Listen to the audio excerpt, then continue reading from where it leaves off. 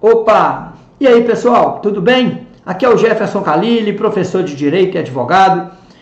Então vamos agora para a nossa aula número 2, não é isso? Nós começamos a falar na aula passada sobre a prisão e agora vamos lá para os nossos slides da aula número 2. Mas antes, nós só quero dar uma passadinha aqui para que vocês relembrem. Na aula passada nós falamos sobre a modificação do título 9 do CPP, que foi alterado dia 4 de julho de 2011, que entrou em vigor dia 4 de julho de 2011, que mudou o Código de Processo Penal, inclusive mudou o título desse artigo 9 do Código Penal. Falamos também da imprescindibilidade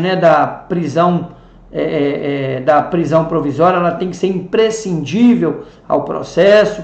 Falamos também das hipóteses de ser preso ou permanecer preso, que existem 3 situações que você pode ser preso e 3 situações que você pode duas situações que você pode permanecer preso. E agora nós vamos falar sobre as hipóteses legais da prisão preventiva, que estão previstas lá no artigo 313 do CPP. O juiz, pessoal, para que ele possa determinar a prisão preventiva daquele acusado, daquele réu, ele tem que seguir algumas regras, algumas orientações, algumas determinações que estão previstas lá no Código de Processo Penal. Uma delas é o artigo 313 do CPP. Aqui eu coloquei um exemplo do seguinte: crime de sequestro. O crime de sequestro não é um crime tido como grave pela população brasileira, pela sociedade brasileira, é um crime grave. Mas o crime de sequestro, se você perceber, o crime de sequestro previsto lá no artigo 148, a pena de reclusão de 1 a 3 anos. Ou seja, é uma pena até baixa pelo tipo penal. Só que é o seguinte, primeira coisa, vamos explicar o que é o sequestro. O sequestro é aquele agente pegar a vítima, sequestrá-la, ou seja, tê-la em cativeiro, tomar dela a liberdade de ir e vir, tê-la em cativeiro por um determinado tempo, certo? Isso é o sequestro. Ele vai ficar com a vítima presa, ele vai ficar com ela em seu poder. Qual que é a diferença do sequestro para a extorsão mediante sequestro? A extorsão mediante sequestro é essa pessoa que praticou o sequestro ligou para a família da vítima pedindo algum benefício, algum valor em troca da liberdade daquela pessoa. Então, há 2 tipos penais diversos nessa prática. O sequestro ele vai até um momento da prática delituosa, e a extorsão ela começa a partir do momento em que o sequestrador ligou. Então, se houver tido só a prática do sequestro do 148 caput, certo? Privar alguém de sua liberdade mediante sequestro ou cárcere privado. Somente esse tipo penal, a pena de reclusão de 1 a 3 anos, o que o juiz vai ter que fazer? Diante da prisão em flagrante desse sequestrador, a polícia foi lá, estourou o cativeiro, pegou a pessoa, mas o sequestrador não ligou, não fez contato com a família da vítima, pedindo um resgate, certo? Então, o que o juiz vai fazer? O juiz vai poder manter essa pessoa presa diante desse crime. Vamos lá no 313 do CPP. Isso é até aproveitando aqui, dar mais uma dica. Sempre que vocês estiverem estudando, vão lá no código, se não tiver o Vadmecum perto, é só vir aqui no site do Planalto, digita lá planalto.gov.br, ou então digita lá Código de Processo Penal Planalto no Google, que vai sair o Código de Processo Penal ou qualquer outro tipo de legislação, vai aparecer lá, e a legislação nova, inclusive qualquer mudança que houver, você não vai ser pego de surpresa lendo, estudando uma legislação já ultrapassada. Então o 313, o que ele fala? Nos termos do artigo 312 deste Código, o artigo 312 fala da prisão preventiva, poderá ser decretada e tal. Nos termos do artigo 312, será admitida a decretação da prisão preventiva quando? Olha lá no inciso 1. O que ele fala? Nos crimes dolosos punidos com pena privativa de liberdade máxima superior a 4 anos. Lá no crime de sequestro, pessoal, qual que é a pena? Olha a pena aqui, de reclusão de 1 a 3 anos. O que o juiz vai ter que fazer com essa pessoa, com esse sequestrador, que foi em curso nesse artigo, só que ele é réu primário, bons antecedentes, não tem outras condenações por outros crimes, nem nada. O juiz vai ter que colocá-lo em liberdade, vai ter que deferir para ele a liberdade provisória. Claro que ao analisar o caso em concreto, o juiz vai poder impor alguma medida cautelar para essa pessoa que praticou esse crime. Então, vamos lá, dando continuidade, mesmo nas situações em que a lei admite, e ainda que demonstrada a sua imprescindibilidade, a prisão tornou-se excepcional, pois somente será determinada quando não for cabível outra substituição, quando não for cabível sua substituição por outra medida cautelar prevista lá no artigo 319. O que o legislador falou? Mesmo quando for cabível, o juiz vai analisar a necessidade da sua imposição, né? Mesmo quando for cabível a prisão cautelar, a prisão preventiva, o juiz ainda pode analisar e, de acordo com o caso concreto, ele aplicar uma medida cautelar diversa da prisão que está prevista lá no artigo 319 do CPP. Entendido? Vamos lá. O que fala o artigo 282, que é o artigo que nos trata, né, que trata das condições de aplicação das medidas cautelares que são previstas lá no 319. Mais para frente, outras aulas, nós vamos estudar de maneira fragmentada e de maneira detalhada o artigo 319. Mas vamos lá. O juiz ele vai impor as medidas cautelares previstas nesse título 9, observando algumas peculiaridades ou algumas características aqui. Olha só, o artigo 282 fala: as medidas cautelares previstas nesse título deverão ser aplicadas observando-se a, primeiro, necessidade para a aplicação da lei penal, para a investigação ou a instrução criminal, e nos casos expressamente previstos, para evitar a prática de infrações penais. Ou seja, as medidas cautelares, o juiz vai aplicar as medidas cautelares vendo a necessidade da aplicação da lei penal, a necessidade da medida cautelar, mesmo que a prisão, né, para a necessidade dela para investigação ou instrução do processo, e nos casos expressamente previstos para evitar outras práticas de infração penal. Ele vai inclusive adequar, aqui o inciso 2 fala, adequação da medida à gravidade do crime, circunstâncias do fato e condições pessoais do indiciado ou do acusado. Então, pessoal, o juiz vai impor uma medida cautelar àquela pessoa, levando em consideração a gravidade do crime. O crime é mais grave ou menos grave? Como que foi o fato? Como que foi o caso concreto ali? Aquelas circunstâncias do fato. O crime foi com mais violência ou foi com menos? Ou a pessoa... e também as condições pessoais do indiciado ou do acusado. Ele é réu primário, ele já tem um histórico de cometimento do crime, não tem, certo?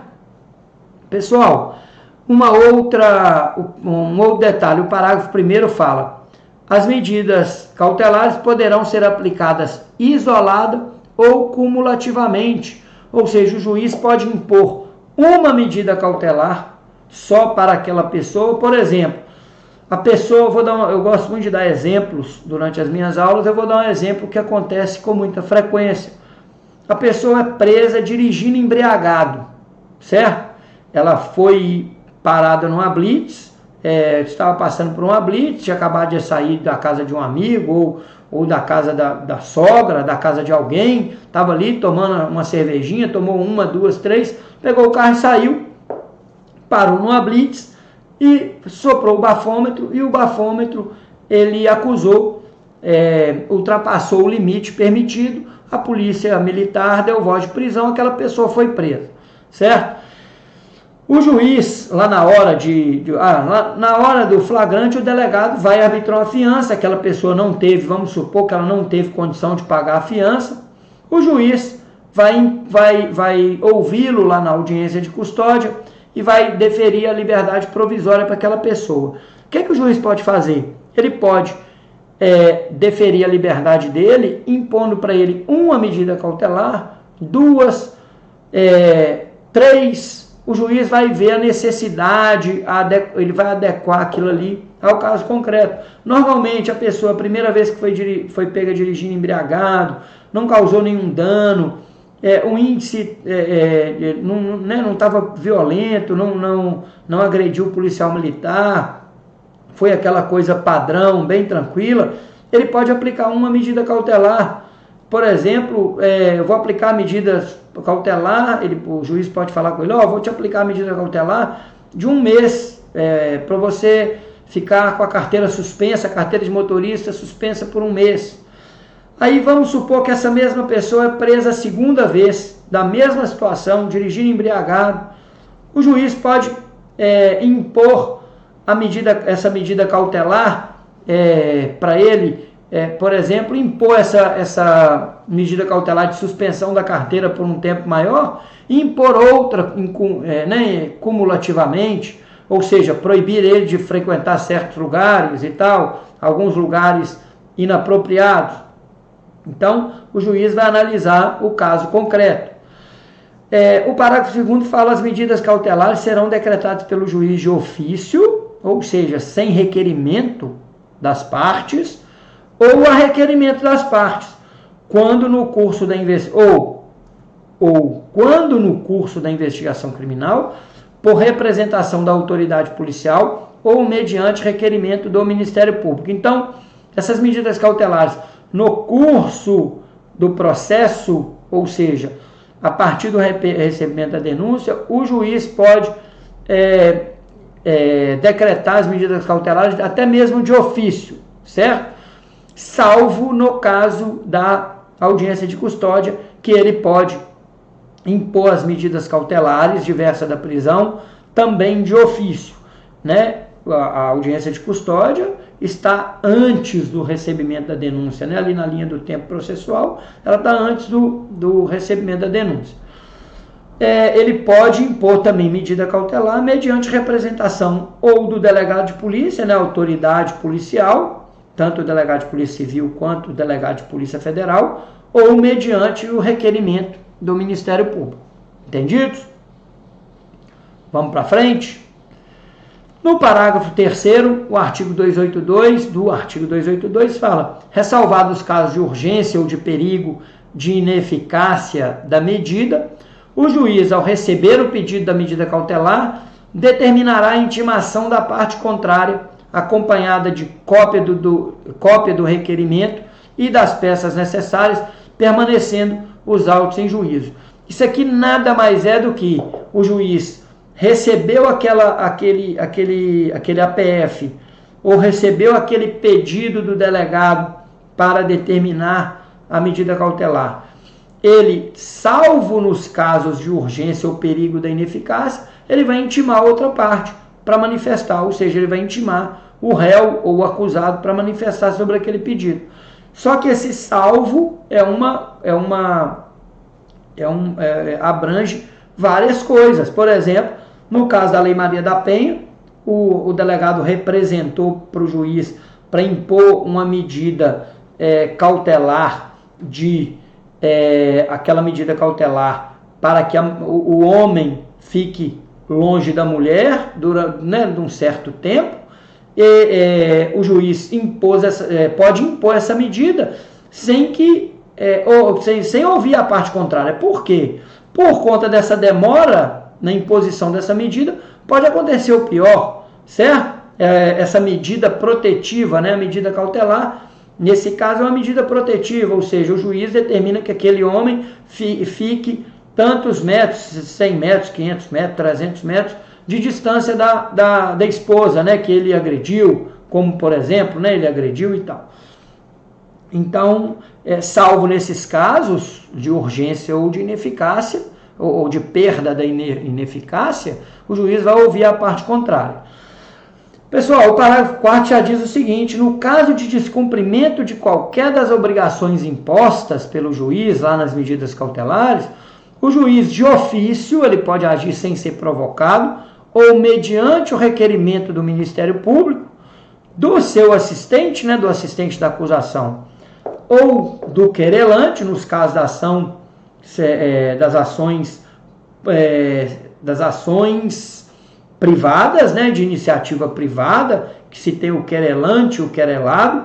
No caso das ações do querelante, ele poderá substituir a medida, impor outra em cumulação ou, em último caso, decretar a prisão preventiva. Então, pessoal, no caso de descumprimento, né, dessas obrigações, dessas medidas cautelares, o juiz pode, mesmo de ofício, a requerimento do Ministério Público, do assistente do Ministério Público ou do querelante, ele poderá substituir essa medida por outra, substituir essa medida cautelar, impor outra medida em cumulação, ou seja, deixar a que já existia e impor mais uma, ou em último caso a pessoa não está cumprindo as medidas impostas pelo juiz, ele vai decretar a prisão daquela pessoa, ok? O parágrafo 5º, o juiz poderá revogar a medida cautelar, substituí-la quando verificar a falta de motivo para que subsista, bem como voltar a decretá-la se sobrevierem as razões que a justifiquem. Ou seja, o juiz pode revogar a medida cautelar quando ele quiser, ele pode voltar a decretá-la quando ele quiser, sempre que houver razões para isso. Toda vez que ele for revogar ou aplicar a medida cautelar, ele vai ter que fundamentar essa decisão, por que ele está fazendo isso. Revogou, substituiu ou decretou de novo, ele tem essa autoridade para fazer isso. Parágrafo 6º, a prisão preventiva será determinada quando não for cabível a sua substituição por outra medida cautelar. Ou seja, a prisão preventiva, ela vai ser determinada pelo juiz somente quando ele não encontrar nenhuma outra medida cautelar para impor àquela pessoa. Entendido? Então, pessoal, espero que tenham gostado, espero que tenham entendido. Quem gostou, pode dar o like aí, assine o nosso canal no YouTube, ative o sininho da notificação e quem puder também nos seguir lá no Instagram, prof_Jefferson Khalili, que lá também tem dicas de direito, dicas de como passar na prova da ordem, várias informações jurídicas lá para vocês. Tá bem, pessoal? Muito obrigado, um abraço e até a próxima aula aí. Até mais.